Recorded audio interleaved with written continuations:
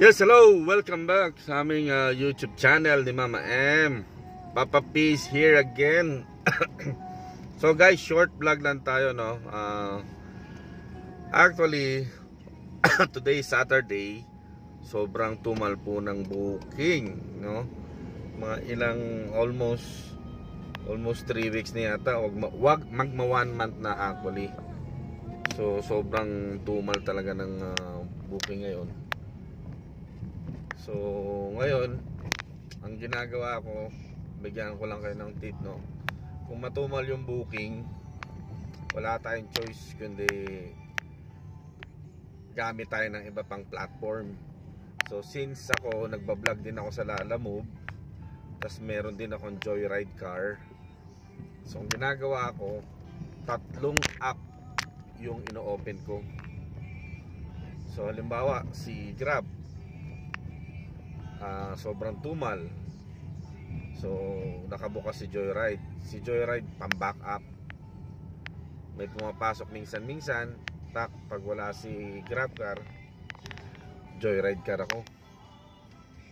Diba? Para hindi ka lang talaga masiro.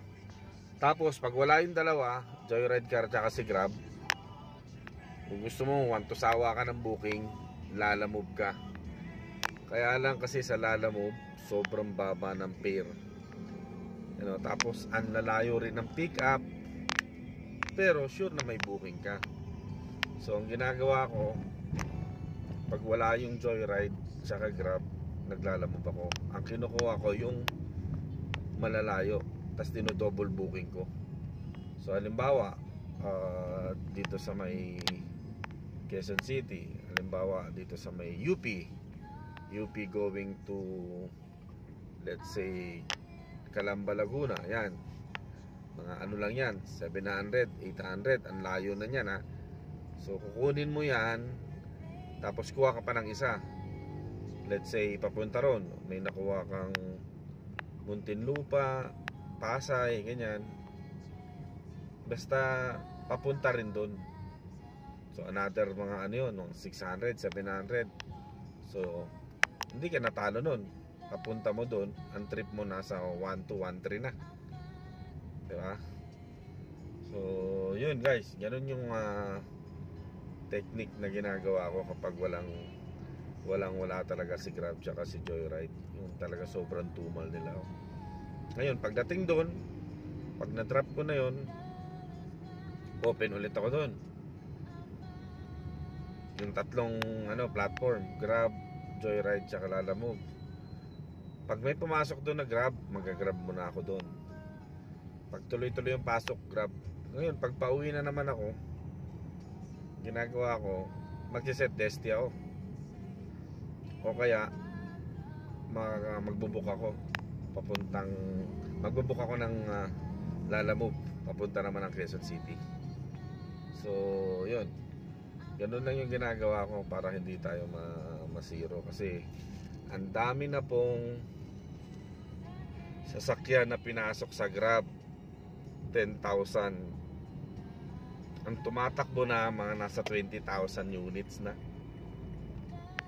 Kaya grabe ang booking ngayon. 1 oras, 2 oras maghihintay ka bago ka pasukan. Ako, kabababa lang na pasahero ko, SM North, tumambay ako doon, 15 minutes walang pumasok. Kaya ito, nagbablog na lang ulit ako. So yun, ganun lang guys. Kung meron na kayong TNBS, i-apply nyo yan sa Joyride. Tapos sa Lalamove naman, ano lang naman doon, ORCR lang tsaka NBI. Tapos driver's license, activated ka na. So deposit ka lang ng 1,000.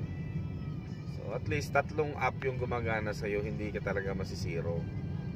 Pero sa Lalamove, tsaga-tsaga lang kasi maliliit eh. Kung kukunin mong booking lagi, double booking.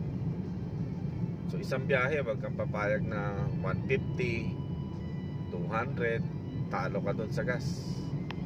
Kung kukunin mo lagi sa dalawang booking, laging 500 pataas. Halimbawa, isang 300, tapos kuha ka ulit ng 200, o 500 na yun, okay na yun. Ganun lang ang diskarte.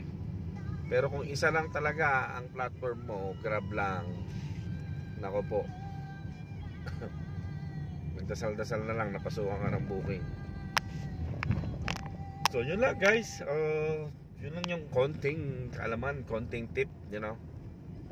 Pero maraming salamat sa inyong lahat, sa mga suporta, sa mga new subscriber namin. Maraming salamat po. Almost 2,100 na tayo subscribers. Hindi po ako nakakapag-vlog gaano kasi isang phone lang yung ginagamit ko pang ano ko to pang Grab, pero enough ko muna, kaya yan nag-vlog ako. So ngayon medyo wala, tenga, uwi muna ako sa bahay kasi masama yung pakiramdam ko. Mamaya na lang ako babiyahe ulit hapon hanggang gabi yan.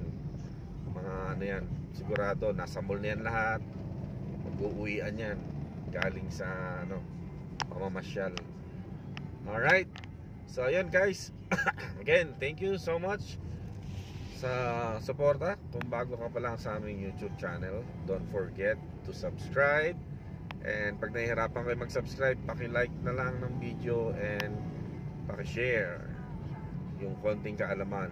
You know, again, Grab, Joyride, and Lalamove. Pagsabay-sabay nyo.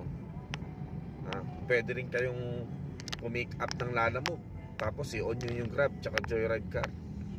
O tapos i-set testing nyo lang. Halimbawa, papuntang Pasay yung deliver nyo. O set testing nyo papuntang Pasay yung pasahero nyo. Yan, isa pang tip. Hindi nakalalamove ka na, total bagay lang naman yung dala mo, no? Tapos pasahero, hindi naman alam, nandun mo lagay sa compartment, di ba? So ayan, another tip yan, mga ganyan. Again, thank you so much. Yun lang. And have a wonderful day. God bless. Ingat kayong lahat. Babu.